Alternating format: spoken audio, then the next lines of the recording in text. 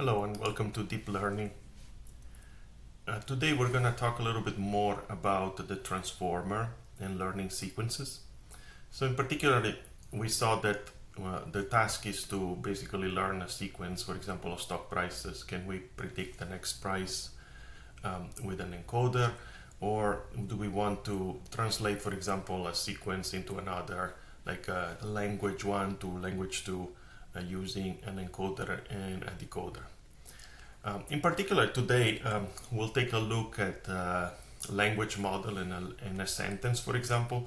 So this sentence is an example of a sequence. As an example, here the sequence is composed of items. These items here are words. So this sentence, we've seen it before, it's the animal didn't cross the street because it was too tired.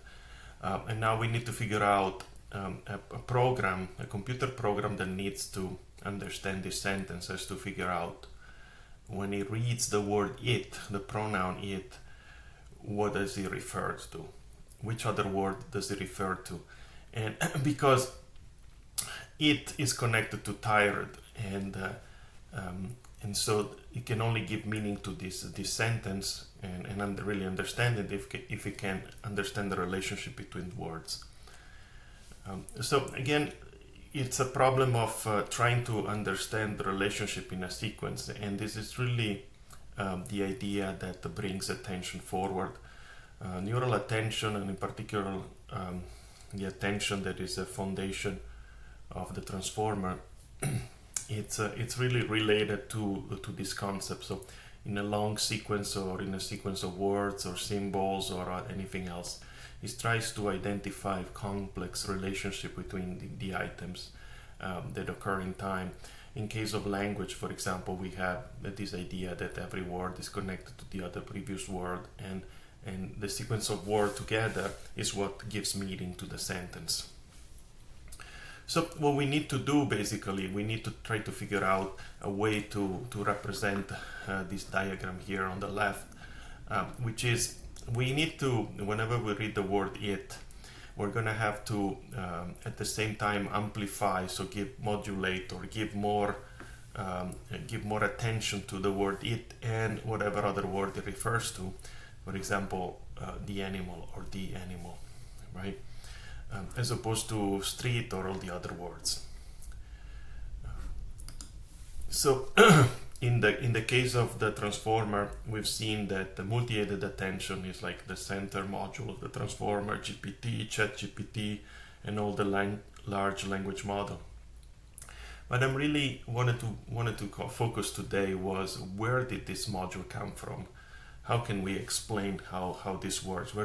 Who invented it and how, right? So what I wanted to find out today with you guys is try to focus on why attention, why this specific form of attention in the transformer. And so I wanted to start from the beginning. So we have a sequence of words on the left here, and then these are a sequence of items, and then the sequence is turned into embeddings. So for example, it could be a vector of like 512 numbers for each item in the sequence. And bear in mind with me that large language model may or may not use words, entire words as items. They might use tokens or smaller part of a words. And bear in mind also with me that these little numbers in green here that represent embeddings are just a small representation. In reality, they could be very large number of 512 numbers, and the idea is to turn a dictionary of the words or embeddings or items into a table of embeddings that are different, right? And we need to do this because, number one, embeddings are needed because computer can only process numbers, so we need to turn words or tokens into numbers. Number two, we need embeddings because whenever we embed something in a multidimensional space, then it's actually, because of this multiple dimension, it's easier to compute relationship.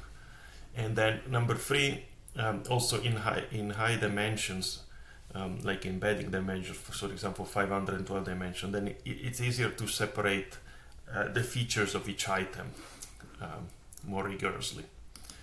And so asking again, why attention? And this is like the first part of why.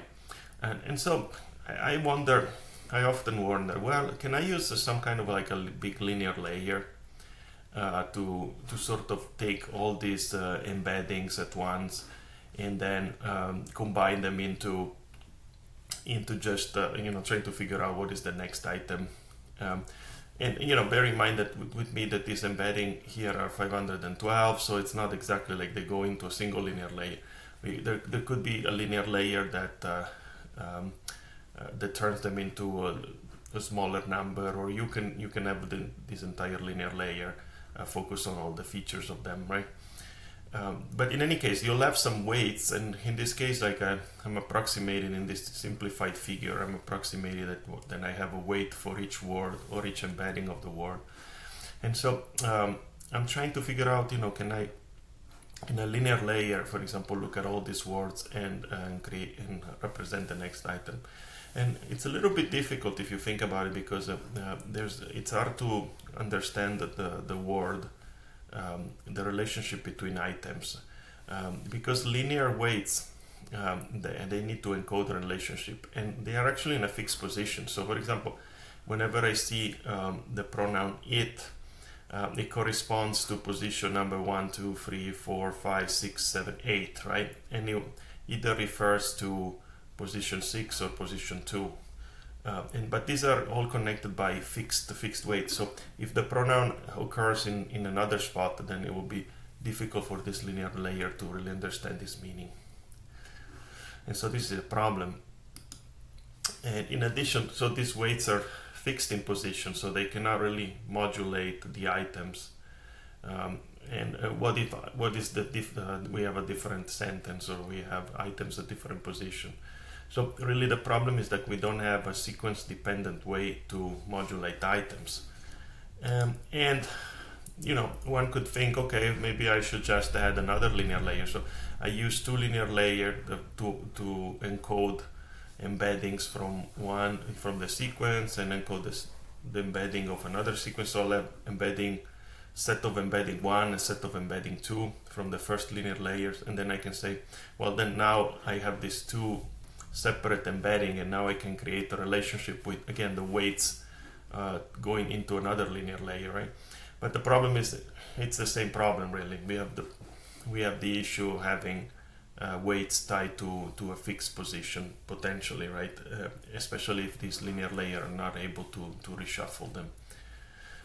And so really the next idea is the core of attention. So whenever we say why attention, we should focus on something like this. So, well, most of the times these embeddings are turned into linear projections, two linear projections, which are really the linear projection that have learning parameters. And then once we have these two projections, now we can multiply dot product, the first set of embedding and the second set of embedding, and basically we create a matrix of weights. And whenever we do a dot product between the same item, basically projected in different ways, we create some kind of a correlation, which is really what we want, is really the relationship between these objects. And so this is how we would do it, as we shown in the previous video, is that we would take the same sequence embedded in maybe two different ways. Now here it's embedded in the same way for simplicity, and then we create like a correlation between these items, right? Again, these are all fake numbers, so bear with me. But we'll create a matrix of correlation. And this is really the weight matrix that you see here in the multi-headed attention. So now I think we got some sort of explanation of why this came about.